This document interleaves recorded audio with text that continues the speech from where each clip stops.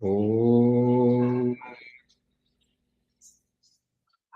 యాం మేధాం దేవగణాః పితరశ్చ ఉపాసతే తయా మామధ్యమేధయాగ్నే మేధావినం కురు. ఓం శాంతి శాంతి శాంతి. ఓం సత్యార్థ ప్రకాశం అధ్యాత్మ సత్సంగానికి వచ్చేసినటువంటి వాళ్ళందరికీ నమస్తే, స్వాగతం, సుస్వాగతం.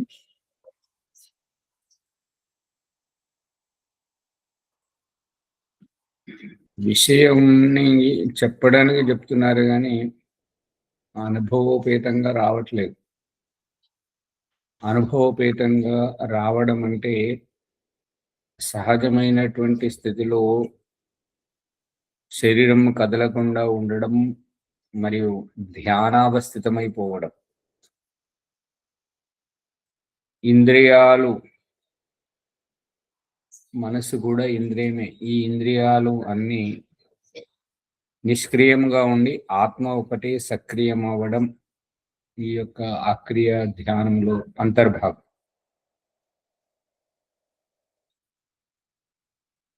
ఇంకా నేను ఎవరిని అనేటువంటి ప్రకరణాన్ని విస్మరిస్తున్నారు. నేను ఎవరిని, దేహం నుండి ఆత్మను కొలవడం. అక్రియ ధ్యానం ఇంద్రియాలను, ఆత్మను వేరు చేసి ఆత్మ ప్రత్యేకతను, స్వామిత్వాన్ని నిరూపించి వ్యవహారికంగా చూపించడం అక్రియ ధ్యానం. నేను ఎవరిని అనే ప్రకరణంలో దేహమును సైతం వేరు చేసి, ఇప్పుడు అక్రియ ధ్యానంలో ఏంటంటే చేయాలి చేయాలి అని చేసిన తర్వాత, తినాలి తినాలి అని తిన్న తర్వాత శరీరం ద్వారా మాత్రమే చూపించడం అవుతుంది. ఇక్కడ నేను అంటే దేహమును, నేను అంటే ఒక స్త్రీని, ఒక పురుషుడను అనేదే నిరూపితమవుతుంది. నేను ఎవరిని అనే ప్రకరణములో నేను దేహమును కాదు, దేహ అవయవాలను కాను, ఇంద్రియములను కాను, ఆత్మతత్వమును, చైతన్యతత్వమును అనేటువంటి వ్యవహారం అనుభవపేతంగా తెలిసినప్పుడు ఇంకా సాక్షిభూతం అనేటువంటిది సిద్ధిస్తుంటది. సాక్షిభూతం సిద్ధించినప్పుడే మోక్షానికి ఒక్కొక్కడుగు దగ్గరగా అవుతుంటాం. అందుకని నేను ఎవరిని అనే ప్రకరణాన్ని ఆలోచించాలి. ఆలోచించినప్పుడు విషయం లోతుగా తెలుస్తుంది. ఇప్పుడు మన ప్రకరణం సత్యార్థ ప్రకాశం శ్రేష్ఠ సముల్లాసం 134వ పుటలో చూడండి.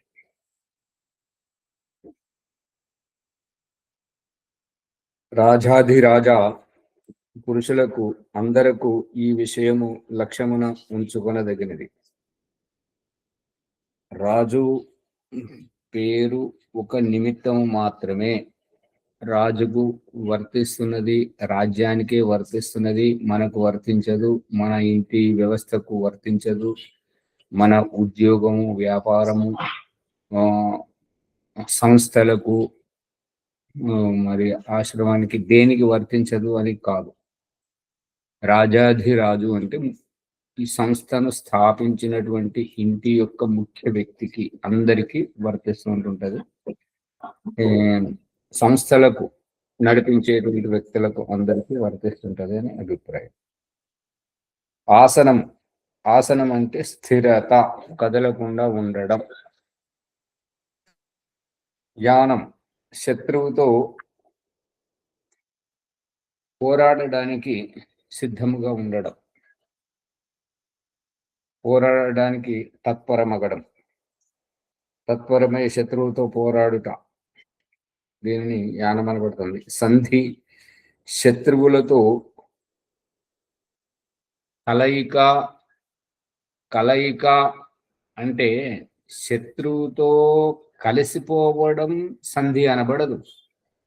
శత్రువుతో కలిసిపోతే అతడు శత్రువు ఎలా అవుతాడు, మనం మిత్రులం ఎలా అవుతుంటాం.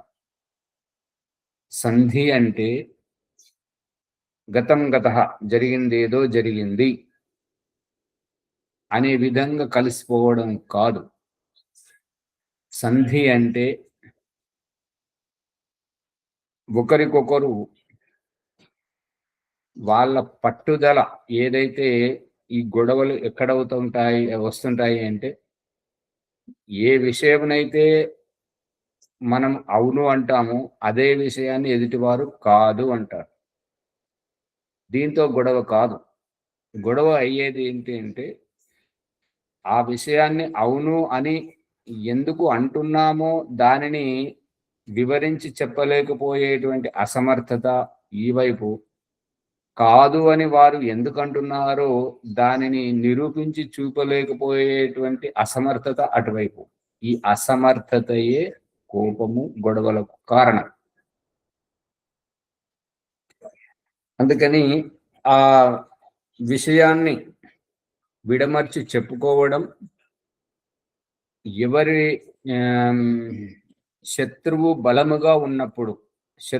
బలముగా ఉన్నప్పుడు మన పట్టుదలను వదులుకోవడం, దీనిని సంధి అంటారు. అర్థమవుతుందా? ఎందుకంటే శత్రువుతో పోటాపోటీ పోతే నష్టం మనకే జరగబోతుంది. అందుకని సంధి అక్కడ మన పట్టుదలను వదిలేయడం.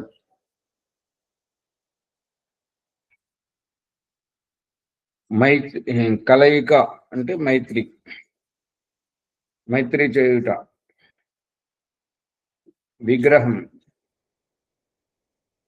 విగ్రహ అంటే దుష్ట శత్రువులతో యుద్ధమునర్చుట.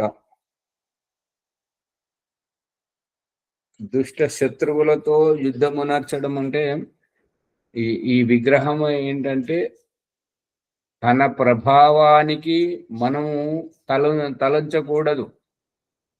మన రాజ్యము, మన అధికారము, మన ప్రభుత్వము ఉన్నప్పుడు శత్రువు ప్రభావం మనపైన, మన రాజ్యము పైన ఉంటున్నది కాబట్టి అతని యొక్క అధికారాన్ని, ప్రభుత్వాన్ని తగ్గించడమే ఈ యొక్క విగ్రహం అనబడుతుంది. దాని గురించి ఏ రకంగా అయినా సరే మన రాజ్యం మీద అంటే మన ఇంటిలో మన ప్రభావం ఉండాలి కానీ పక్కింటి వారి ప్రభావం ఉండకూడదు.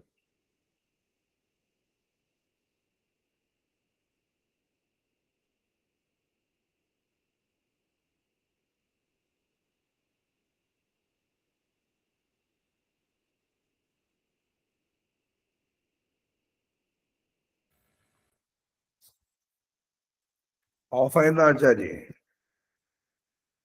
శబ్దం వినపడడం లేదు. నెట్ ఏమైనా ప్రాబ్లం? నెట్ ప్రాబ్లం ఏదో డిస్టర్బెన్స్ వచ్చింది.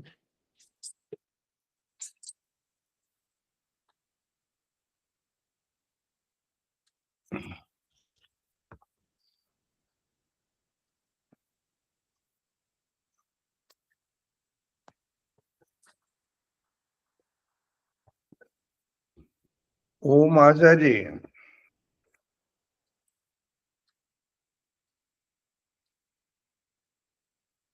విద్యుత్ ప్రాబ్లము, నెట్ ప్రాబ్లం మరి.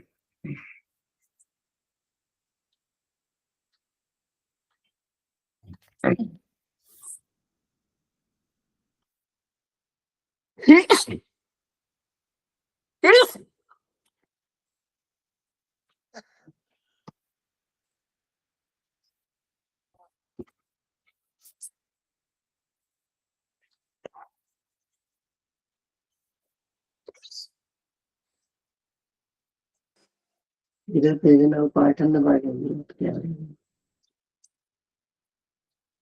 మధ్యలో బ్రేక్ అవుతామా? వచ్చేస్తుంది. జస్ట్ కొన్ని సెకండ్ మాత్రమే అది డిస్టర్బెన్స్ ఇచ్చింది మనకు.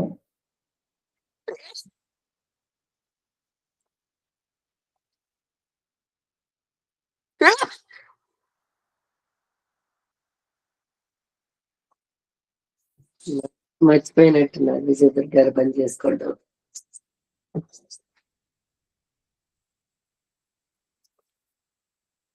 ఒక్కొక్క పదానికి చాలా రకాల అర్థాలు ఉంటాయి. ఇక్కడ మనకు కొన్ని కొత్త కొత్త అర్థాలు వస్తున్నాయి. అది మనం బాగా తెలుసుకుంటే అవునండి. జయించలేనప్పుడు అనవసరంగా దాన్ని బట్టి శ్రమ ఎందుకు చేయాలని సంధి చేసుకోవటం అన్నమాట. ఓం నమస్తే మండిజీ. నిన్న చెప్పారు కదా దాని గురించి, ఒకసారి మననం చేసుకుంటే బాగుంటుంది. చెప్పండి నాకు వరలక్ష్మి గారు. మునిగారు బాగా చెప్తారు, చెప్పమానండి. అదే ఏ కర్మ ఫలాన్ని బట్టి ఏ జన్మ వస్తుందో, నువ్వు ఇక్కడి నుంచి వెళ్ళేటప్పుడు నువ్వేం చేసావు అక్కడికి వెళ్ళి అని అడిగితే, అదే నీ వాయువుని శుద్ధి చేయకుండా ఆ జన్మలో తాంబేలు జన్మ ఇస్తారని చెప్పారు కదా, అది ఇంకోసారి పునరావృతం చేసుకుంటే బాగుంటుందని. మునీజీ చెప్పండి. నిన్న నేను రాలేదమ్మా. నిన్న విషయం ఏంటో తెలియదు నాకు. క్లాస్ వినలేదా? నిన్న నేను వేరే వేరే లింట్ని రాకుండా. పరమేశ్వరి నువ్వేం చేస్తున్నావు అని ఆచార్య గారు వచ్చారు. అచ్చా, విద్యుత్ ప్రాబ్లమా, నెట్ ప్రాబ్లమా ఆచార్య? ఇది కంప్యూటర్ ప్రాబ్లం. అయ్యా, ఓకే ఓకే. అది మనది ఉన్నదే కదా. ఎక్కడి వరకు చెప్పడం? ఒక పిల్లవాడిని తల్లి ఏది స్కూల్ నుంచి బయటకు పంపిస్తాడు, ఒక చిట్టి రాసి మీ ఇంట్లో మీ అమ్మకు మీ నాన్నకి ఇవ్వమని చెప్పేసి పంపిస్తాడు. పంపిస్తే అతడికి చదువు రాలేదు కాబట్టి ఆ చిట్టిలో ఏముందో అతడు చదువుకోలేదు, ఇది తీసుకొచ్చి అమ్మకి ఇస్తాడు అనమాట. అమ్మకి ఇస్తే నేపోలియన్ అని గుర్తొస్తుంది. అయితే ఓం ఆచార్యజీ, నమస్తే ఆచార్యజీ, సర్వభ్రణం. మీరు ఇందాక ఇంట్లో వల్ల ప్రభావం ఇంట్లోదే ఉండాలి, వేరే బయట వాళ్ళ ప్రభావం ఉండద్దని అక్కడ వరకు చెప్పారు ఆచార్యజీ. ఇంట్లో వాళ్ళ ప్రభావం చాలా ఉండదు. ఇంటిలో వాళ్ళ ప్రభావం ఇంట్లో ఎవరైతే ఉంటుందో వారిదే, తండ్రిదే ప్రభావం ఉండాలి ఇంటిల్లి పాది మీద. వేరే వారి ప్రభావం ఉండకూడదు. పక్కింటి వాళ్ళది వీళ్ళ ప్రభావం ఉండకూడదు.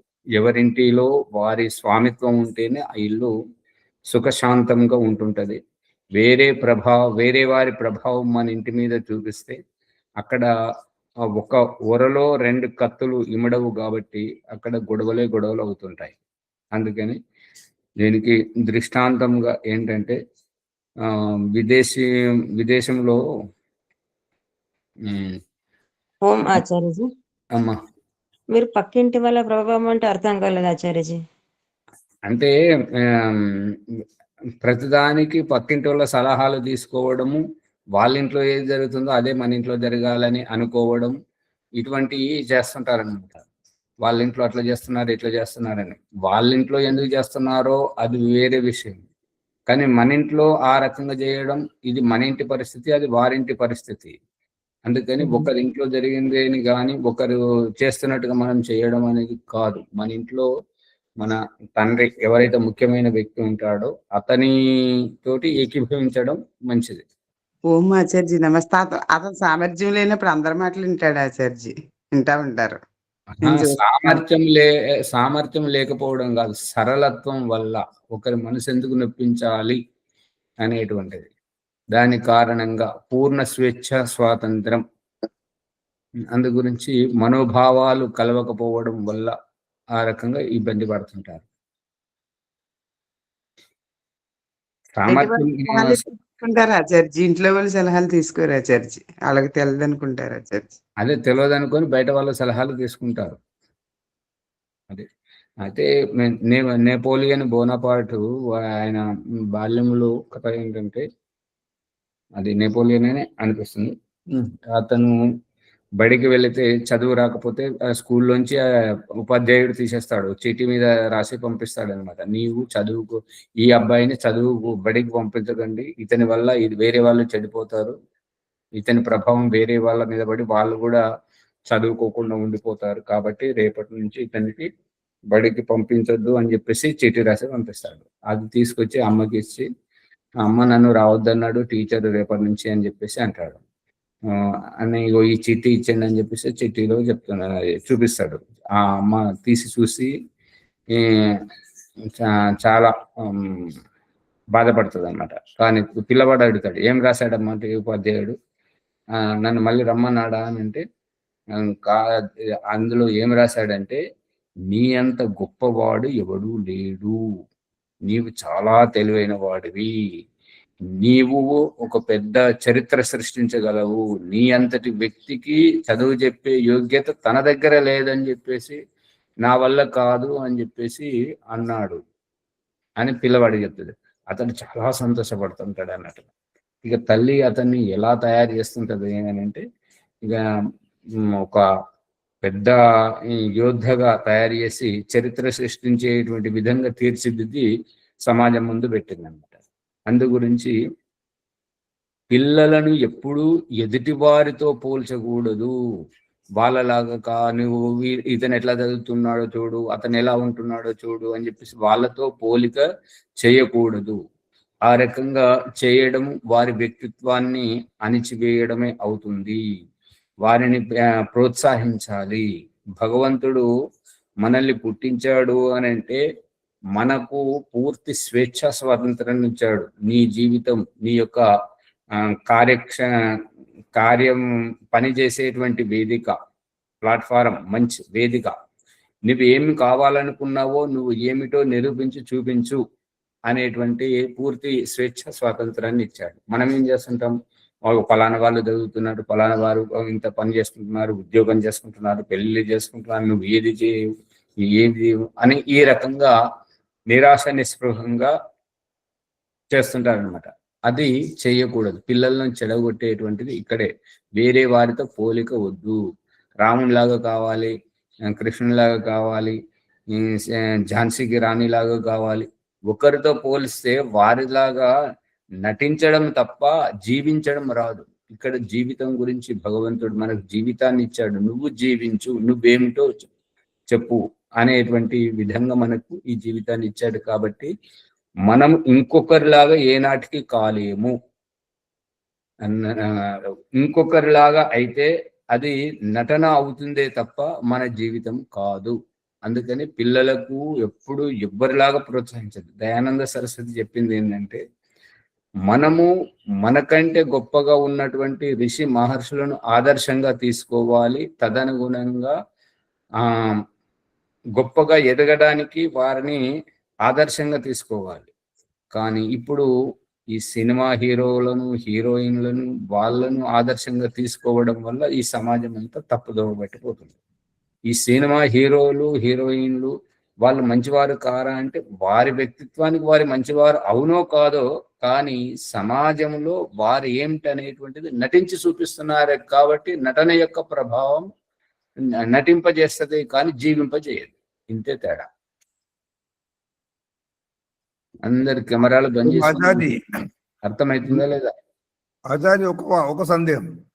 ఋషుల మార్గంలో వెళ్ళాలని చెప్తున్నారు, అక్కడ కూడా మరి వారిని ఆదర్శంగా తీసుకోవాలి కదా. మరి అదెట్లా? అది మీరు చెప్పిన దానికి సమానం అవుతుంది కదా. ఇక్కడ రాజకీయ నాయకులను తీసుకోవద్దు అంటున్నారు, గొప్ప వాళ్ళని తీసుకోవద్దు అంటున్నారు. మరి అదే స్థానంలో ఋషులు కూడా వస్తున్నారు కదా, అప్పుడెట్లా? ఇది సినీ నటులు అంతా వీళ్ళంతా ఏంటంటే వారికి ఆ పాత్రలో ఉన్నటువంటి జీవితంతో ఏ సంబంధము లేదు. నువ్వు ఇలా నిలబడాలి అంటే అలా నిలబడాలి, నువ్వు ఇలా మాట్లాడాలంటే అలా మాట్లాడాలి, నువ్వు ఈ వస్త్రధారణతో ఈ రకంగా కనబడాలంటే ఆ రకంగా కనబడాలి. వాళ్ళు అక్కడ నటిస్తుంటారు. ఆ నటన యొక్క ప్రభావమే ఆ యొక్క సినిమా, టీవీ, సీరియల్ చూస్తున్న వారి భావాలను ప్రభావితం చేస్తుంటది. కాబట్టి అక్కడ నటననే అవుతుంది. జీవితం వేరు, నటన వేరు. అందుకే ఈ రామదాసు చరిత్ర, అది సాయిబాబా చరిత్ర, వీళ్ళను పాత్ర చేసినటువంటి ఆ వ్యక్తి సారాయి తాగడము, మాంసం తినడము, వ్యభిచారం చేయడం, అవన్నీ చేసినట్టుగా మనకు కనిపిస్తున్నాయి. అది ఈ సినిమా వరకు నటించడం వేరు, దాని షూటింగ్ అయిపోయిన తర్వాత మళ్ళీ ఈ ఆ యొక్క తన పూర్వాల బాట్లే తాగడము, తినడము, విచారం చేయడం, దొంగతనం చేయడం, హత్యలు చేయడం, అవన్నీ చేస్తుంటారు. అంటే ఇప్పుడు వీళ్ళు ఆ సినిమా, టీవీ, సీరియల్ చూస్తున్నటువంటి వాళ్ళ మీద ఏ ప్రభావం పడుతుంది? ఆ నటించేటువంటి ప్రభావం పడుతుంటది. కాబట్టి ఆ రకంగా నేను కావాలండి. వాళ్ళ బొమ్మలు ఉన్నటువంటి బట్టలు వేసుకోవడం, వాళ్ళ లాగా నటించడం అవంతా చేయడం నటన వేరు, జీవితం వేరు. ఓకే. ఓం ఆచార్య. ఋషుల మధ్యలో అలాంటి భేదం ఉండదు కాబట్టి ఋషులను ఆదర్శంగా తీసుకుంటే మన జీవితం ధన్యమవుతుంది. అది కదా చెప్పేది. ఋషులు మునులు వాళ్ళు ఏంటంటే వాళ్ళకు ఒకరితో సంబంధం లేదు, వారికి నచ్చింది వారు చేస్తుంటారు, అదే జీవితం. అది మీకు నచ్చచ్చు నచ్చకపోవచ్చు, నాకు ఈ రకంగా అనిపిస్తుంది, నేను చేస్తున్నాను, నాకు వేదం చెప్పింది, నాకు శాస్త్రం చెప్పింది కాబట్టి తదనుగుణంగా నడుచుకుంటున్నాను. వాళ్ళు జీవిస్తారు, దాంట్లో జీవించేటువంటి ఋషి మహర్షులను గొప్ప వారిని ఆదర్శంగా తీసుకోవాలని చెప్పేసి దయానంద సరస్వతి అభిప్రాయం.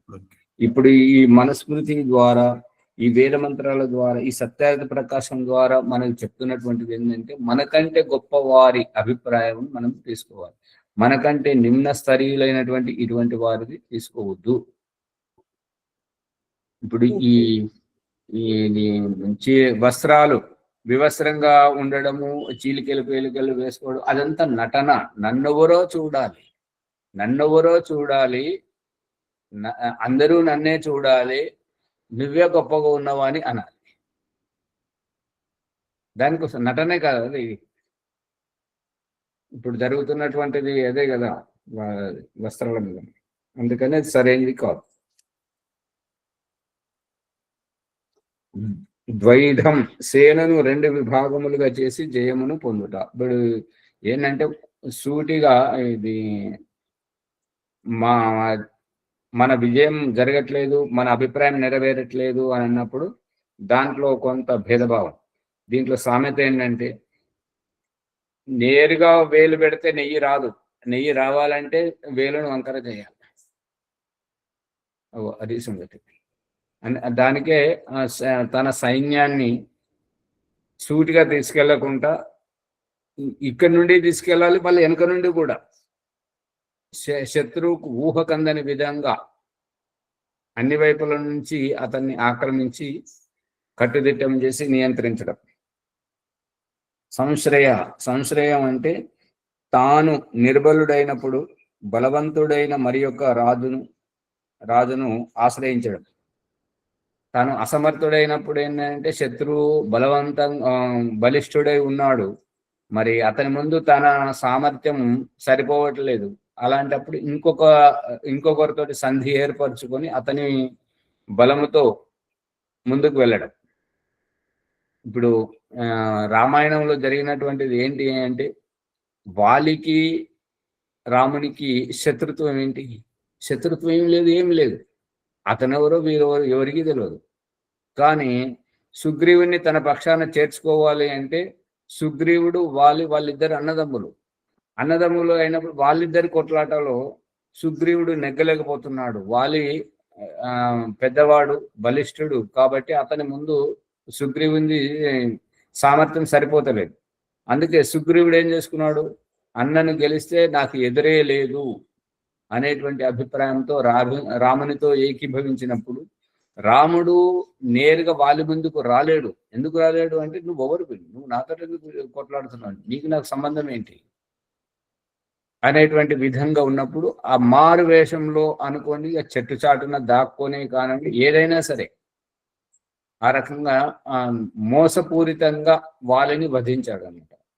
వధించినటువంటి ఆ యొక్క రాముని గురించి వాళ్ళు ఏమంటాడంటే నీవు ఏ ఉద్దేశంతో అయితే వచ్చావో ఆ ఉద్దేశమును నా దగ్గరికి చేరవేసినట్టయితే, నాతో ఏకీభవించినట్టయితే నేను నీకు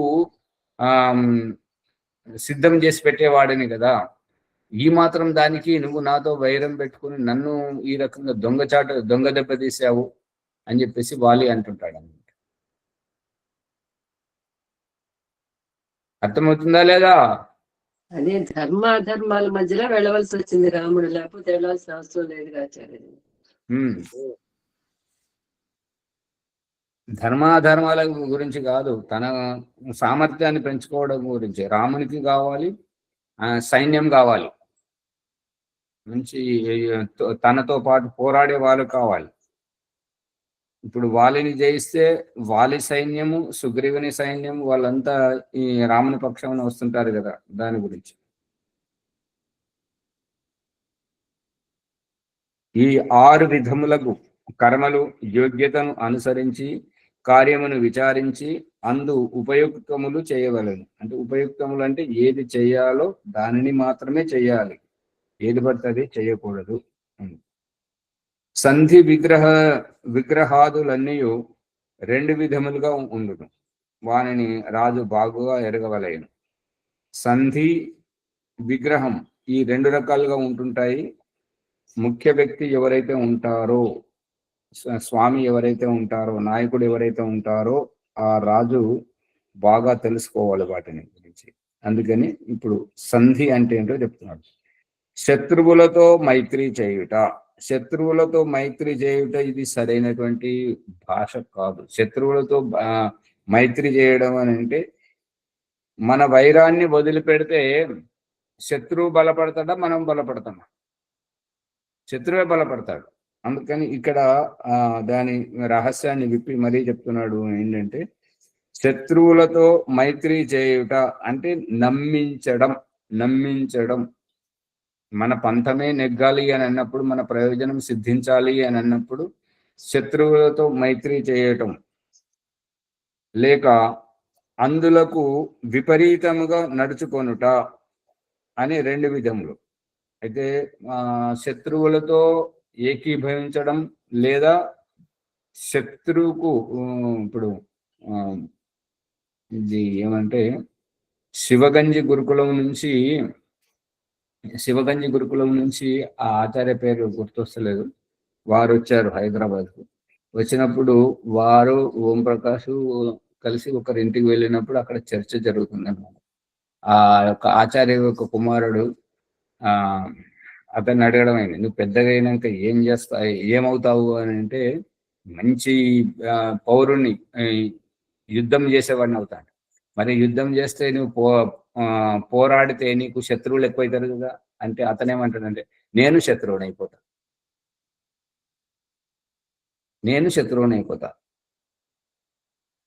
ఏ ఊరికే కెమెరాలు బంద్ చేసుకొని కూర్చుంటుంటారు. ఆ పిల్లవాడిని నేను శత్రువు అయిపోతా అంటే అంటే శత్రువే బలవంతుడైతే నేను శత్రువుని అయిపోతా అంటే నేను బలవంతుడిని కావాలి అనేటువంటిది అతని అభిప్రాయం. కానీ నేను శత్రువుని ఓడిస్తానే అని అంటలేడు కదా. ఇక్కడ అభిప్రాయం ఏంటంటే శత్రువుని ఓడించాలి, మనం అతనితో కలిసిపోతున్నాము, ఏకీభవిస్తున్నాము అంటే శత్రువులో ఉన్నటువంటి ఉగ్ర ప్రతాపము అనేటువంటిది వీడు చాలించండి కదా అని చెప్పేసి నెమ్మదిస్తుంటాడు. అంత కలిసిపోవడానికి వచ్చినప్పుడు కొట్లాడడానికి రాడు కదా. ఆ రకంగా ఆ పిల్లవాడు అనేది ఏంటంటే ఇది శత్రువు చంపుతాడు అని అంటే నేను శత్రువుని అవుతా అంటే నేనే శత్రువుని చంపాలి, ఇతరులను నా పక్షం ప్రబలంగా ఉండాలి, గొప్పగా ఉండాలి అనేది అతని అభిప్రాయం. అంటే అతనికి విషయం, అతను ఏం మాట్లాడుతున్నాడు అతనికి అర్థం కాదు, అతను చిన్న పిల్లవాడు కాబట్టి. వర్తమానమునందును భవిష్యత్తునందును చేయదగిన కార్యములను విడవక చేయుచూనే ఉండవలేను. ఇప్పుడు మనం చేయాల్సింది చేస్తున్నప్పుడే శత్రుత్వాన్ని పెంచుకొని మన మీదకి వస్తున్నప్పుడు శత్రువుతో కలిసిపోవడము అంటే, మళ్ళీ మనం చేయాల్సినటువంటి వర్తమానంలో కానీ భవిష్యత్తులో కానీ మనం చేయదలసినటువంటి కార్యాన్ని విడవకుండా చేస్తూనే ఉండాలి అని అంటే అక్కడ శత్రువును నమ్మించడం. నేను నీతో ఏకీభవిస్తున్నాను, ఇక నేను నీతో యుద్ధానికి సరితూగట్లేదు, నేను నా శత్రుత్వాన్ని వదిలేస్తున్నాను అనేటువంటిది అతన్ని శత్రువును నమ్మించడం. అంటే తను ఏం చేయాలో తను నిర్ణయించుకుంటున్నట్టు అనమాట. అంటే ఇప్పుడు శత్రువు బలహీన పడితే ఇతడు బలం పుంజుకుంటాడు కదా, అదే అవకాశం లభిస్తుంది కదా. ఆ రకంగా విగ్రహం కార్యసిద్ధి కొరకు ఉచిత అనుచిత సమయములందు స్వయముగా విరోధము చేయుట. అంటే శత్రువుతో కలిసిపోయారు కానీ అవకాశం దొరికితే మళ్ళీ అక్కడ విరోధం చేసి శత్రువును అణిచివేయడం కార్యసిద్ధియే లక్ష్యం. అంటే శత్రువును పూర్తిగా నమ్మించడం. మిత్రునకు అపకారము చేయు శత్రువుతో విరోధము చేయుట అని 2 విధములు. మిత్రునకు అపకారం చేసేటువంటి శత్రువుతో విరోధం చేయడం అంటే తప్పును ఎదిరించడం, దుర్మార్గుణ్ణి శిక్షించడం. యానము ఆకస్మికంగా ఒక కార్యము సంభవించినప్పుడు తాను ఒంటరిగా కానీ మిత్రునితో కలిసి కానీ శత్రువు వైపునకు వెళ్ళుట. ఇది 2 విధములైన గమనముగా చెప్పబడను. అనుకోకుండా వచ్చినటువంటి ఆపద్ధర్మములో తాను ఒంటరిగానైనా వెళ్ళాలి, ఒంటరిగా వెళ్ళితే బలహీనపడతామనేటువంటి సందేహం ఉన్నప్పుడు మిత్రునితో కలిసి శత్రువు వైపుకు వెళ్ళి తన ఉద్దేశాన్ని నెరవేర్చుకోవటం. ఆసనము ఏదో ఒక విధమున దాసుడు తాను ఏదో ఒక విధమున తాను దుర్బలుడైనప్పుడు మిత్రుడు అడ్డగించినప్పుడు తన స్థానముననే ఉండుట. అంటే ఇప్పుడు సరైనటువంటి సమయం కాదని, లేదా నీ మంచి కోరి చెప్తున్నాను ఇప్పుడు కాదు, కొద్దిగా ఓపిక పట్టు, తర్వాత చేద్దామని చెప్పేసి మిత్రుడు అడ్డగించినప్పుడు తన స్థానంలోనే తనను తాను నియంత్రించుకోవటం. ఇది 2 విధములైన ఆసనముగా చెప్పబడును. ద్వైధము కార్యసిద్ధి కొరకు సేనను 2గా విభజించి జయమును పొందుట. ఇక్కడ అభిప్రాయం ఏంటంటే శత్రువు ఊహకు అందకుండా, శత్రువు ఏమనుకుంటాడంటే ఎదురుగా వచ్చినటువంటి వాడే శత్రువు అని అనుకుంటాడు. కానీ మన వెనుక నుంచి వచ్చి మన మీద దాడి చేస్తున్నప్పుడు మన ముంగట ఉన్నటువంటి వాడినే మనం శత్రువు అని అనుకుంటాం. కానీ మన వెనుక నుండి దాడి చేస్తున్నాడు, ముందు నుండి దాడి చేస్తున్నాడు. అటువంటి అప్పుడు ఇప్పుడు ఒక సామెత ఉన్నది కదా, అరకత్తెరలో పోక చెక్క అని అంటుంటారు కదా. 2 వైపుల నుండి వచ్చినప్పుడుగా శత్రువుకు పరాజయం మినహా ఇంకేమీ ఉండదు. 2 విధములు ద్వైధము అనబడును. సంశ్రయము ఒకడొక కార్యసిద్ధి కొరకు ఒకానొక బలవంతుడైన రాజును ఒకానొక మహాత్మును శరణు తెచ్చుట. ఈ సంశ్రయము అని అన్నప్పుడు ఏంటంటే మన ఉద్దేశం నెరవేరాలి అని అంటే వేరే వారిని ఆశ్రయించి, బలవంతుడిని ఆశ్రయించాలి లేదా మహాత్ముడిని ఆశ్రయించాలి, శరణు వేడుకోవాలి. అందువలన శత్రుబాధ నుండి తప్పుకొనవచ్చును. అంటే శారీరకంగా పోరాడడానికి బలవంతుడిని ఆశ్రయించినప్పుడు బలవంతుడు, ఇప్పుడు పృథ్వీరాజ్ చౌహాన్కు సంయోగిత మళ్ళీ ఇంకో రాణి పద్మావతి గారు వర్తమానం పంపుతుంటారు. ఒక అక్బర్ నన్ను చెరచడానికి చూస్తున్నాడు, అన్నయ్య నేను నీకు రాఖీ పంపిస్తున్నాను, నన్ను కాపాడు అని చెప్పినప్పుడు అక్కడ అతను ఆమెను కాపాడుతాడనమాట. అక్కడి నుంచి ఈ రక్షాబంధనం తోటి ఈ చేతికి కంకణం కట్టుకోవడం అనేటువంటిది ప్రసిద్ధమైంది.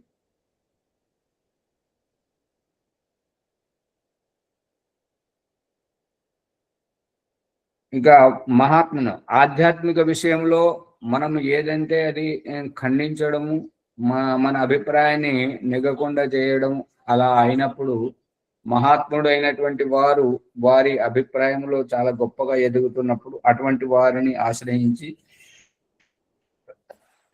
తన అభిప్రాయంను ఆ మహాత్మునితో ఏకీభవింపజేస్తూ మహాత్ముని అభిప్రాయమే తన అభిప్రాయముగా ప్రసిద్ధి చేసుకోవడం వల్ల మహాత్ముడు మనల్ని చేరదీసి మన ఉద్దేశాన్ని నెరవేరజేస్తుంటాడు. అందువలన శత్రుబాధ నుంచి తప్పుకోనవచ్చును. ఆధ్యాత్మికంగా అతను మనం అవునన్నదాన్ని కాదంటాడు, కాదన్నదాన్ని అవునంటుంటాడు. కాబట్టి ఏ విధంగానూ మనకు అవకాశం ఇవ్వట్లేదు. కాబట్టి ఈ ఈ రకంగా అతనికి ముళ్ళునే ముళ్ళుతోనే తీయాలి అనేటువంటి సందర్భంలో మనం శారీరకంగా బలహీనంగా ఉంటే బలవంతుని ఆశ్రయించాలి. ఇక తర్క వితర్కములో మనము మన పక్షమును నిరూపించుకోలేనప్పుడు ఎవరైతే నిరూపించుకోగలుగుతుంటారో గొప్పగా ఉంటారో అటువంటి వారిని ఆశ్రయించాలి. రెండు విధముల ఆశ్రయము గ్రహించుట సంశ్రయం అనబడుతుంది. ఇప్పుడు యుద్ధము చేసిన కొంచెం బాధ కలుగుననియు తర్వాత చేసిన తనకు వృద్ధి కలుగు విజయం తప్పక కలుగు అనియు తెలిసినప్పుడు శత్రువుతో సంధి చేసుకొని ధైర్యము వహించుట మంచిది. ఇప్పటికిప్పుడు ఉన్న పొలాన యుద్ధం చేస్తే బాధ కలుగుతుంది, హాని కలుగుతుంది, నష్టపోతాము, ఇప్పుడు శత్రువు బలపడతాడు అనేటువంటి ముందు చూపు కలిగినప్పుడు, ఆ యొక్క రహస్యం తెలిసినప్పుడు తర్వాత చేసిన ఇదే యుద్ధము తర్వాత చేస్తే అప్పుడు మనం కొద్దిగా బలపడిన తర్వాత కొంత సైన్య శక్తిని సమకూర్చుకున్న తర్వాత అప్పుడు చేసినప్పుడు మనం తప్పకుండా జయిస్తాము అనేటువంటి అభిప్రాయం ఉన్నప్పుడు ఓపికగా ఉండాలి. శత్రువుతో సంధి చేసుకోవాలి. అంటే సంధి చేసుకోవడం అంటే శత్రువును నమ్మించడం. ధైర్యం వహించడం మంచిది, పడకపోవడం. తన ఎల్ల ప్రజలు సేన మిక్కిలి ప్రసన్నులై ఉన్నతశీలురు శ్రేష్ఠులై ఉన్నప్పుడు తాను కూడా అట్లే ఉన్నత స్థితి అందున్నట్లు తెలుసుకొనినప్పుడు శత్రువుతో యుద్ధము చేయవలయును. తన ప్రజలందరూ మరియు సైన్య శక్తి మిక్కిలి ప్రసన్నులై ఉన్నతశీలురు అంటే గొప్పగా ఎదుగుతున్నప్పుడు, శ్రేష్ఠులుగా అయినప్పుడు, వాళ్ళు ఏ విషయంలోనూ తగ్గే ప్రసక్తే లేదనేటువంటి విధముగా అత్యంత ప్రసన్నులుగా ఉన్నప్పుడు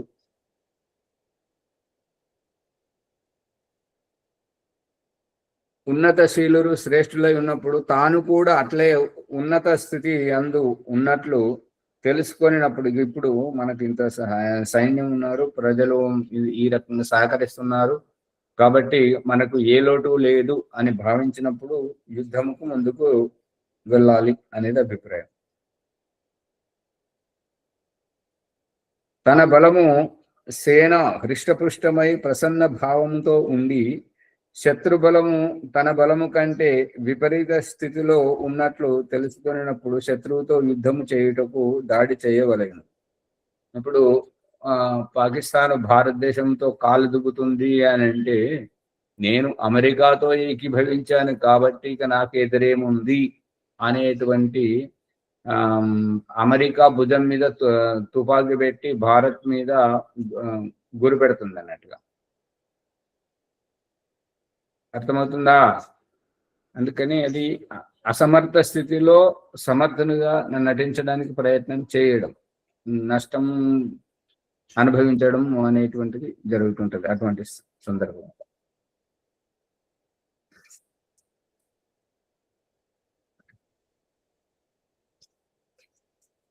సేన హృష్టపుష్టమై సేన ప్రశిక్షణలో ఎప్పటికీ చాలా యోగ్యులుగా ఉన్నప్పుడు, మంచి హుషారుగా ఉన్నప్పుడు, ఎక్కువ మొత్తంలో ఉన్నప్పుడు, ప్రసన్న భావంతో ఉండి శత్రుబలము తన బలము కంటే విపరీత స్థితిలో ఉన్నట్లు తెలుసుకునేటప్పుడు, అంటే ఇక మనం హృష్టపుష్టంగా ఉన్నాం, పంటలు బాగా పండుతున్నాయి, అందరూ సుఖశాంతులతో ఉన్నారు, శత్రువు ఎప్పటికీ బిక్కుబిక్కుమన్నట్టుగా, ఇప్పుడు పాకిస్తాన్ పరిస్థితి ఆ రకంగా ఉన్నదో ఆ రకంగా అటువంటి బిక్కుబిక్కుమనేటువంటి స్థితిలో తన సామర్థ్యము లేకున్నా ఎదుటి వారి మీద ఆధారపడి చేసేటువంటి తొందరపాటు అనేటువంటిది తనకే హాని చేస్తుంటది, అది సరైనటువంటిది కాదు అని అభిప్రాయం. సేనా బలము వాహనములు క్షీణ స్థితిలో ఉన్నప్పుడు నెమ్మదిగా ప్రయత్నించి శత్రువును శాంతపరచుచు తన స్థానమునందే ఉండవలయును. సేనలో పరస్పర విరోధ భావాలు ఉన్నాయి, ఈ సేన ఆ, ఎప్పుడు ప్రశిక్షణ పొందట్లేదు, నిర్లక్ష్యం వహిస్తున్నారు. అటువంటి స్థితిలో క్షీణ స్థితిలో ఉన్నాయి. రథములు కూడా అంత క్షతగాత్రమై ఉన్నాయి.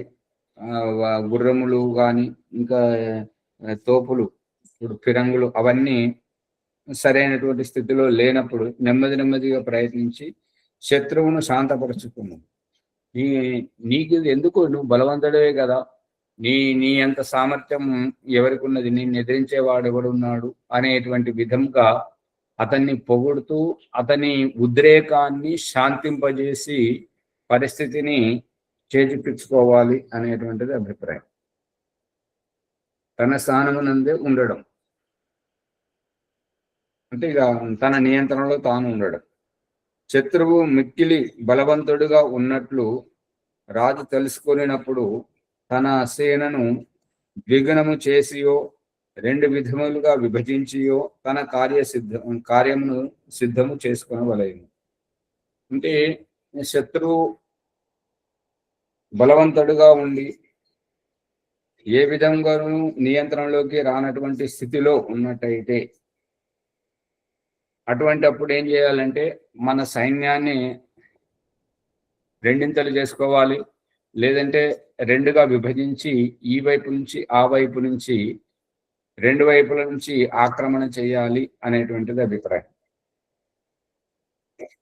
ఇది శత్రువులను రాజుననే కాదు, మన ఇంటి సమస్యల యందు కానీ మన ఆస్తుల గొడవల్లో కానీ శత్రువు బలంగా ఉన్నాడు, మనకు ఏ విధంగానూ సంధిస్తలేడు అని అన్నప్పుడు మన శక్తిని పెంచుకోవాలి, లేదా మన ఉన్న శక్తిని 2 విభాగాలుగా 3 విభాగాలుగా విభజించి అతనితో కలిసిపోయినట్టుగా అతనిలో కలిసి అతని లోటుపాట్లను గ్రహించి ఈ వైపు చేరవేయడం. ఈ రకంగా ఇదేమంటారంటే భేదం, నమ్మక ద్రోహం అంటే మనలో వారిలో కలిసిపోయి, ఇది ఝాన్సీ లక్ష్మీబాయి జీవిత చరిత్రలో చాలా వరకు వస్తుంటదండి. విదేశీయులు ఏ రకంగానైతే ఆమెను స్థానంలో నమ్మక ద్రోహం చేసి ఎట్లయితే పరాజితం చేయడానికి ప్రయత్నించారో అక్కడ ఎత్తుకు పై ఎత్తు, ఈ యొక్క ఎత్తుకు పై ఎత్తు ఈ కుట్రలు చేసి చిత్తుగా ఓడించడం. అది మహారాణా ప్రతాప్ దాంట్లో కూడా వస్తుంటది, పృథ్వీరాజ్ చౌహాన్ మరియు ఈ శివాజీ దాంట్లో కూడా చాలా వస్తుంటాయి ఇటువంటి ఘటనలు. చాణక్యునిది అయితే మొత్తం దాంతోటే నిండి ఉన్నది.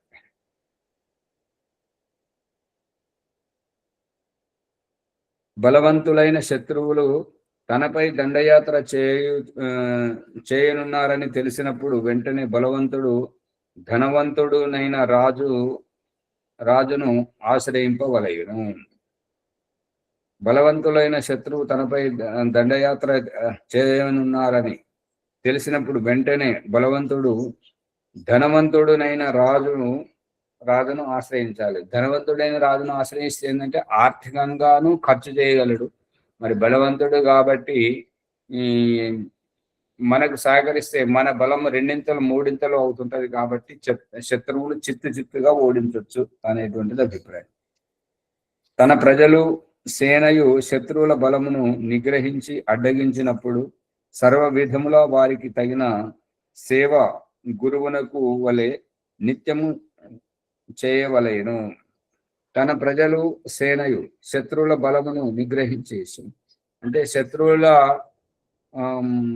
బలాన్ని ఎదుర్కొని ప్రజలు ఎదుర్కొంటున్నారు, సేనా బలం కూడా సైనికులు కూడా ఎదుర్కొని అడ్డగించినప్పుడు రాజు అటువంటి వారికి సర్వ విధముగా తగిన సేవ ఒక గురువుకు ప్రతినిత్యం ఎట్లయితే చేస్తుంటారో, ఈ ప్రజలు నన్ను కాపాడారు, ఈ సేన నన్ను కాపాడింది, వీరు నా కోసం బలిదానం మోసంగారు, అటువంటి వారి యొక్క బలిదానాన్ని గుర్తించి ఒక గురువుకు సేవ చేసినట్టుగా ఆ ప్రజలకు సేనకు రాజు సహకరించాలి, ప్రోత్సహించాలి, వారి సేవ చేయాలి అనేది అభిప్రాయం. అందుకే మహాభారత యుద్ధం జరిగేటప్పుడు ఏంటంటే దినమంతా యుద్ధం జరుగుతుంటది. సాయంత్రం రాత్రిపూట భోజనాలు అన్ని అయ్యాక ఆ యొక్క సైనికుల దగ్గరికి వెళ్ళి వాళ్ళ మనోభావాలను పెంచడం, వారికి చికిత్స చేయడం, వారికి చేతులకు కాళ్ళకు పట్టీలు కట్టడం, వాళ్ళ గాయాలకు మందు పెట్టడం, ఇటువంటివి చేసినప్పుడు వాళ్ళకి ఎంతో ప్రేరణ కలుగుతుంటది. మళ్ళీ కొత్త ఉత్సాహం వస్తుంటుంటది. సమయం నాస్తి.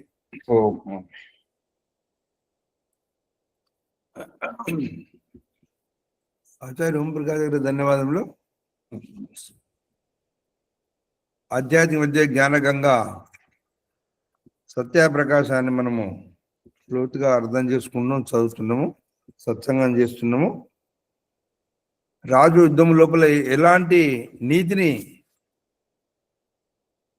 అభ్యసించినట్టయితే విజయాన్ని పొందుతాడనే విషయం మీద చాలా రకరకాలుగా సందర్భాల్లో మనము విజయ సాధన కొరకు ప్రయత్నాన్ని తెలియజేస్తున్నారు. దాదాపు 15 రకాలుగా ఇక్కడ సందర్భాలలో మనకు విషయాన్ని స్పష్టీకరిస్తున్నారు. వారికి ధన్యవాదములు. ఈ ఎపిసోడ్ను లైక్ చేయండి, షేర్ చేయండి, సబ్స్క్రైబ్ చేయండి, పక్కన ఉన్న గంట సింబల్ను గట్టిగా నొక్కండి. 1-2 సార్లు వినాలని ప్రార్థన. ఈరోజు ఆదివారము సంధ్యోపాసన ఎవరి ఉన్నది? మరి ఈరోజు పుష్పమ్మ గారు ఉంది. పాత మరి కొత్త వాళ్ళు ఎవరు ఉన్నారు? కొత్త వారు శ్యామలీ గారు అనుకుంటా. శ్యామలీ గారు వైదిక సంధ్య నాది. శ్యామల గారు జయంతి ప్రార్థన. ఓం వైదిక సంధ్య బ్రహ్మ సాక్షాత్కారం.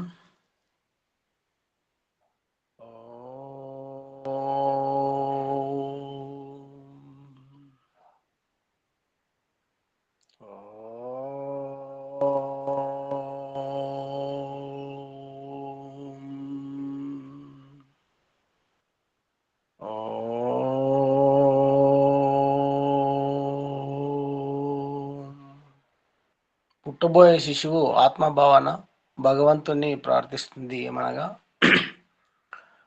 ఓం అమృతోపస్తరణమసి స్వాహ. ఓ అమృత స్వరూప, నా కోసం ఉపస్థారణంగా పరుచుకున్నావా స్వామి, ధన్యుడను. ఓం అమృతాభిధానమసి స్వాహ. ఓ అమృత స్వరూప, నా ఆత్మరక్షణ కొరకై ఆకాశ దుప్పటిగా ఆవరించావా స్వామి, ధన్యుడను. ఓం సత్యం యశశ్రీర్మై శ్రీ శ్రేతాం స్వాహ. ఓ పరమేశ్వర, సత్యం, యశస్సు, ధనైశ్వర్యాలు మరియు బుద్ధి నన్ను ఆశ్రయించి నాలో ఉండునుగాక. గర్భంలో ఊపిరితో పాటు శిశువు యొక్క ఆకలి దప్పికలు అమ్మ చూసుకునేలా చేశావు స్వామి. ఇప్పుడు గర్భం నుండి బయటకు వచ్చాక అమ్మతో కలిసిన ఆ పేగు బంధాన్ని సైతం తెంచనందున శిశువు అభ్యర్థన ఆచమన మంత్రం. ఓం శన్యో దేవీరభిష్టయ ఆపో భవంతు పీతయే శన్యోరవిశ్రవంతు నః. ఓ దివ్యస్వరూప, ఇష్టపూర్వకంగా సేవించ యోగ్య జలస్రవములు నాకు అందుబాటులో శ్రవింపజేయము స్వామి. ఈశ్వర ఉవాచ తదాస్తు. అదుగో అమ్మ దగ్గరికి వెళ్ళి ఆ కమ్మని స్తన్యపానం చేయము జీవాత్మ. ఓ పరమేశ్వర, నాకు తల్లి, తండ్రి మరియు ఆత్మీయుల సాన్నిధ్యపు పునర్జన్మను ప్రసాదించుము స్వామి. ఈశ్వర వాచ తదాస్తు. స్వర్గసుఖాన్ని ఏవగించి అసంతృప్తితో పోతున్నావు. ఆ జర మరణ అసంతృప్తి దుఃఖజన్మలో ఒంటరిగా ఉండలేవు. కాబట్టి ఈ ఇంద్రియ కాలక్షేపం నీకు ఊరట కల్పించును గాక. అత ఇంద్రియ స్పర్శ మంత్రములు అక్రియ ధ్యానం. ఈ అతీంద్రియ ధ్యానం అంటే ఏదైనా పని మీద కోరిక కలగజేయటం, ఆ పని చేసిన తర్వాత సంతృప్తి చెందటం. ఓం వాక్ వాక్, ఏదైనా మాట్లాడాలి, చెప్పాలి, మాట్లాడే వరకు, చెప్పే వరకు సంతృప్తి, మాట్లాడిన తర్వాత, చెప్పిన తర్వాత ఒక సంతృప్తికర ప్రశాంతత. అలాగే ఏదైనా పదార్థం చూడాలనే, తినాలి అనే కోరిక, తిన్న తర్వాత, తాగిన తర్వాత సంతృప్తి చెందడం. భక్ష అవివేక బుద్ధితో హానికర పదార్థ సేవన అనారోగ్యం, మృత్యు దుఃఖదాయకం. దుఃఖ అసంతృప్తి దశ మరియు వివేక బుద్ధి పూర్వక మోక్షానంద మార్గం సంతృప్తికర జీవితం. ఓం ప్రాణ ప్రాణ పీల్చుకున్న శ్వాసను వదలడం, వదిలిన తర్వాత మళ్ళీ పీల్చాలనే అసంతృప్తి, పీల్చుకున్న తర్వాత సంతృప్తి చెందడం. ప్రాణ అపాన వ్యాన సమాన ఉదాన నాగ కూర్మ దేవదత్త కృకంకల ధనంజయ ఈ దశ ప్రాణముల ద్వారా ఆత్మ జీవం పోసుకొని జీవాత్మ అనబడుతుంది. అంటే దేహంలో ఇవే ప్రాణముల ద్వారా జీవాత్మ సక్రియంగా ఉంటుంది. ఓం చక్షు అదేమిటి ఇదేమిటి, ఇందులో ఏముంది అందులో ఏముంది, ప్రతిదీ చూడాలని అసంతృప్తి జీవితం. చూసిన తర్వాత సంతృప్తి ఒక మనశ్శాంతి. ఓం శ్రోత్రం ఇది అది ఏదో వినాలనే తాపత్రయం, విన్న తర్వాత సంతృప్తి చెందడం. ఓం నాభిర్మే చిత్తం విజ్ఞానం యజుర్వేదం 20వ అధ్యాయం 9వ మంత్రం. ప్రారబ్ధ బుద్ధి జన్మ జన్మకు భౌతికంగా నన్నొక వైపు దిగదారుస్తుంటే మరొక వైపు ఈ మానవ జన్మలో పూజ జపం ఉపాసన ధ్యానం అనే సందర్భాల పేరుతో పూజారి ఆచార్యుల ద్వారా నన్ను మెప్పించి నీ చెంతకు రప్పించుకోవడం చూస్తే మాటలు రావడం లేదు స్వామి. ఇది జరుగుతున్నది, ఇది ప్రాక్టికల్గా. ఓం హృదయం ముదనమస్య సంజీవధర్వ హృదయం చేయత్ అథర్వవేదం 10వ కాండం 2వ సూక్తం 26వ మంత్రం. ఓ జగదీశ్వర, నీవు మా హృదయాలలోనే ఉంటూ మేము ఏదైనా తప్పులు చేస్తే భయంగాను, మంచి పనులు చేసినప్పుడు ప్రోత్సాహకంగాను ఇలా హెచ్చరిస్తూ ప్రేరణ కల్పిస్తున్నావు స్వామి, ధన్యుడను. ఓం కంఠః అసౌగ్రీవచ్చ శ్రోణి యజుర్వేదం 20వ అధ్యాయం 8వ మంత్రము. మణిహారం వలె అలంకృత 2 కంఠ ఎముకల మధ్య స్థానం అన్నపానీయ శ్రవముల అవగాహన మరియు భావ వ్యక్తీకరణ అవయవ సాధనాన్ని అని తెలుసుకోవడం కంఠం గురించి. ఓం శిరః మస్తిష్కాత్ ఊర్ధ్వ పైరావత్ పవమానో అధిశీర్షతః అథర్వ కాండం 12వ సూక్తం 26వ మంత్రంలో మస్తిష్కానికంటే పైకి అక్కడికి ప్రాణవాయువును ప్రేరేపిస్తూ ఎక్కించు అంటే ప్రారబ్ధాన్ని తెలుసుకొని ప్రారబ్ధ శుద్ధి కొరకు ప్రయత్నం చేయడం, కిందికి దిగజారినప్పటి నుంచి మళ్ళీ పైకి ఎక్కడం, పైకి ప్రయత్నం చేయడం. శిరోదేవకోశ సముద్భితం తత్పరణో అభిరక్షతి శిరో అన్న మదో మనోహ. అథర్వణ కాండం 10వ కాండం 2వ సూక్తం 27వ మంత్రంలో శిరస్సు దేవనిలయం, ప్రాణంతో రక్షిస్తుంది. ఆ స్ఫూర్తే మనస్సు యొక్క జీవితం. ఓం బాహుభ్యాం యశోబలం బాహుమే బలమింద్రియం యజుర్వేదం 20వ అధ్యాయం 7వ మంత్రం. అంటే బాహుభుజములు బలవర్ధకంగాను ఉండునుగాక. ఓం కరతల కరపృష్ఠే మోద ప్రమోద అంగుళీ రంగాన్ని మాత్రమే సహా యజుర్వేదం 20వ అధ్యాయం 6వ మంత్రం. హస్తమే కర్మవీర్యం యజుర్వేదం 20వ అధ్యాయం 7వ మంత్రం. ఈ మంత్రాల యొక్క అర్థం నా చేతులలోనే నా కర్మల పురుషార్థం సహితమై ఉందని తెలుసుకోవడం, అందుకే అందరితో స్నేహపూర్వకంగా ఉంటూ ఉపకారం చేయటం. ఈశ్వర ప్రార్థన మార్జన మంత్రములు. ఓం భూ పునాతు శిరసి ఓం భువ పునాతు నేత్రయో ఓం స్వహ పునాతు కంఠే ఓం మహ పునాతు హృదయే ఓం జన పునాతు నాభ్యాం ఓం తపః పునాతు పాదయో ఓం సత్యం పునాతు పునఃశిరసి ఓం కం బ్రహ్మ పునాతు సర్వత్ర. ప్రాణాయామ మంత్రములు. ఓం భూ ఓం భువః ఓం స్వః ఓం మహః ఓం జనః ఓం తపః ఓం సత్యం. ఆగమర్షణ మంత్రములు. ఓం ఋతంచ సత్యంచ విధాత తపసోద్యజాయత తతో రాత్ర్యాజాయత తతః సముద్రో అర్ణవః ఓం సముద్రాదర్ణవాదధి సంవత్సరో అజాయత అహోరాత్రాని విదదతి విశ్వస్య మిషతో వశి. ఓం సూర్యాచంద్రమసౌ ధాతాయత పూర్వమకల్పయత్ దివంచ పృథివించ అంతరిక్షమతో స్వాహ. ఓం శన్యో దేవీరభిష్టయ ఆపో భవంతు పీతయే శన్యోరభిస్రవంతు నః. అత మనసా పరిక్రమ మంత్రములు.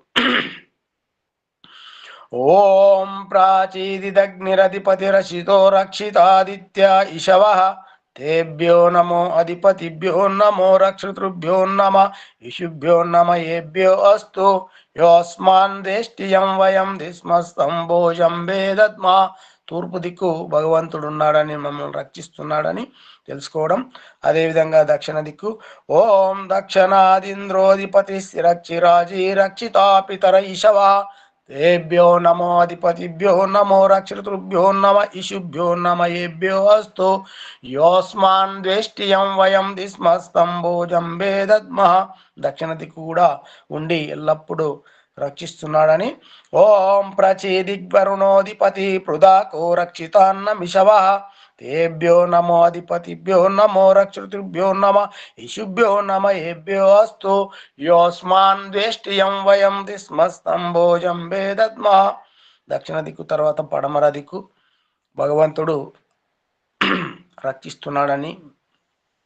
ఉజీదిక్ సోమోధిపతి స్వజో రక్షితా శనిరిషవః తేభ్యో నమో అధిపతిభ్యో నమో రక్షతృభ్యో నమ ఇషుభ్యో నమ ఏభ్యో అస్తు యోస్మాన్ దేష్టియం వయం దిస్మస్తంభోజం వేదద్మః. ఉత్తర దిక్కు కూడా ఉన్నాడని. అదేవిధంగా అన్ని దిక్కులు ఓం ధ్రువాదిక్ విష్ణురధిపతి కల్మాశగ్రీవో రక్షితో వీరుదైషవః తేభ్యో నమో అధిపతిభ్యో నమో రక్షతృభ్యో నమ ఇషుభ్యో నమ ఏభ్యో అస్తు యోస్మాన్ ద్వేష్టియం వయం దిస్మస్తంభోజం వేదద్మా. క్రింది దిక్కు చెట్లను పుట్టించి ఆ చెట్ల ద్వారా మనకు రక్షణ కల్పిస్తూ వాటి నుంచి బ్రతకడం. ఆ విధంగా తర్వాత పై దిక్కు ఓం ఊర్ధ్వాదిక్ బృహస్పతిరధిపతి చిత్రో రక్షితా వర్షమిషవః ఏభ్యో నమో అధిపతిభ్యో నమో రక్షితృభ్యో నమ ఇషుభ్యో నమ ఏభ్యో అస్తు యోస్మాన్ దేష్టియం వయం దిస్మస్తంభోజం వేదద్మః. పై దిక్కు ఆకాశం దిక్కు ఉండి వర్షాన్ని కురిపిస్తూ మనకు పంటలకు రక్షణ కల్పిస్తూ అన్ని జీవజంతువులకు ఆధారంగా ఉన్న ఆ భగవంతుని అన్ని దిక్కులు ఉన్నాడని తెలుసుకొని ఉపస్థాన మంత్రములు. ఓం జాత వేదసే సునమామ సోమమరాతీయతో నిదాతి వేద తనః పరిషతతి దుర్గాని విశ్వానావేవ సింధుం దురితత్యగ్ని చిత్రం దేవానాముదగాదనీకం చక్షుర్మిత్రశ్చ వరుణశ్చాగ్నే ఆప్రద్యావా పృథివీ అంతరిక్షగం సూర్యాత్మా జగతశ్చ సుస్వ. ఓముదుత్యం జాతవేదసం దేవం వహంతి కేతవా దృశ్యే విశ్వాయ సూర్యం ఉద్వయం తమసస్వరిష్య పశ్యంత ఉత్తరం దేవం దేవత్రా సూర్యమగన్మ జ్యోతిరుత్తమం. ఈ విధంగా రెండవ ప్రకరణ పూర్తి చేసుకున్నటువంటి ఆ యొక్క జీవాత్మ ఓం తక్షుర్దేవహితం పురస్తా శుక్రముచ్చరత్ పశ్యేమ శరదా శతం జీవేమ శరదా శతం శృణయామ శరదా శతం బ్రబ్రవామ శరదా శతం అదీనాశ్యామ శరదా శతం భూయచ్చ శరదా శతాత్. ఓం శన్యో దేవీరభిష్టయ ఆపో భవంతు పీతయే శన్యోరవిస్రవంతు నః. గురు గాయత్రి మంత్రం. ఓం భూర్భువస్వః తత్సవితుర్వరేణ్యం భర్గో దేవస్య ధీమహి ధియో యో నః ప్రచోదయాత్. ఏ జగదీశ్వర దయాలు, నీ కృపవలన మేము చేసిన ఈ జప ఉపాసనాది కర్మముల ద్వారమున ధర్మార్థ కామమోక్షములు వెంటనే సిద్ధించునుగాక. నమస్కార మంత్రం. ఓం నమ శంభవాయ చ మయో భవాయ చ నమ శంకరాయ చ మయస్కరాయ చ నమ శివాయ చ శివతరాయ చ. ఓం శన్యో దేవీరభిష్టయ ఆపో భవంతు పీతయే శన్యోరభిస్రవంతు నః. ఓం శాంతి శాంతి శాంతి. సర్వేభ్యో నమో నమః. అవకాశం ఇచ్చినందుకు అందరికీ ధన్యవాదాలు. శాంతి పట్కర్ ఆచార్య. ఓం జౌ శాంతిరంతరిక్షం శాంతిగే పృథివీ శాంతి ఆపా శాంతి ఓషధయ శాంతిగే వనస్పతే శాంతిర్విశ్వే దేవా శాంతి బ్రహ్మ శాంతి సర్వం శాంతిగే శాంతిరేవ శాంతి సామా శాంతిరేది. ఓం శాంతి శాంతి శాంతి. నమస్తే ఆచార్య. శ్రీ నమ. అందరి నమస్కారం. ఓం ఓం నమస్తే ఆచార్య. సర్వేభ్యో నమః. నమస్తే. ఓం నమస్తే ఆచార్యజీ. సర్వేభ్యో నమో నమః ఆచార్యజీ. నమస్తే. ఓం నమస్తే. ప్రభాకర్ గారు, ఎవరైనా కొత్త వారు వస్తే వెంటనే పరిచయం తీసుకోండి. వాళ్ళు ఒకరు వచ్చి వెళ్ళిపోయారు. అలాగే వెంటనే అయిపోయారు. మైత్రేయ గారిని నేనే తీసేసాను, వారు పరిచయం ఇస్తలేరు కాబట్టి తీసేయడం జరిగింది. రికార్డ్ ఆచార్య. అది